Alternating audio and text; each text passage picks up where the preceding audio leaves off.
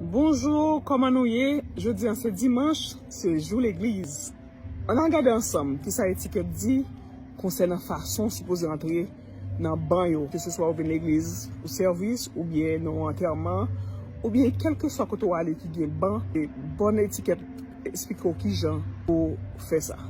On a regardé ensemble.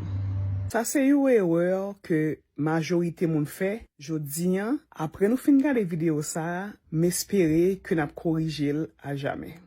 Lors après entrer dans un banc, gen moun qui déjà chita dans banc ça, ou pas ba moun yo dos et puis pousser bakou qui passer devant figure moun nan. De préférence ou bal face et puis pendant après entrer dans banc, si ou pas ko wè moun nan, ou ka profiter saluer ou ballon ti souris.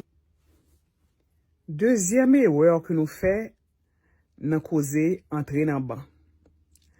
Si nous chita dans point de banc et puis gen un monde qui a avancé qui pour venir dans même banc avec nous.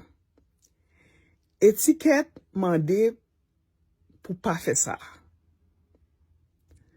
Tant qu'on sorti dans banc, camper dans rangée pour ba moun nan passer.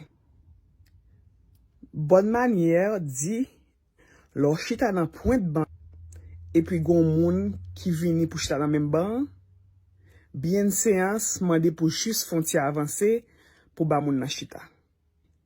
Bien séance, c'est tout ça qui facilite la vie moun ak moun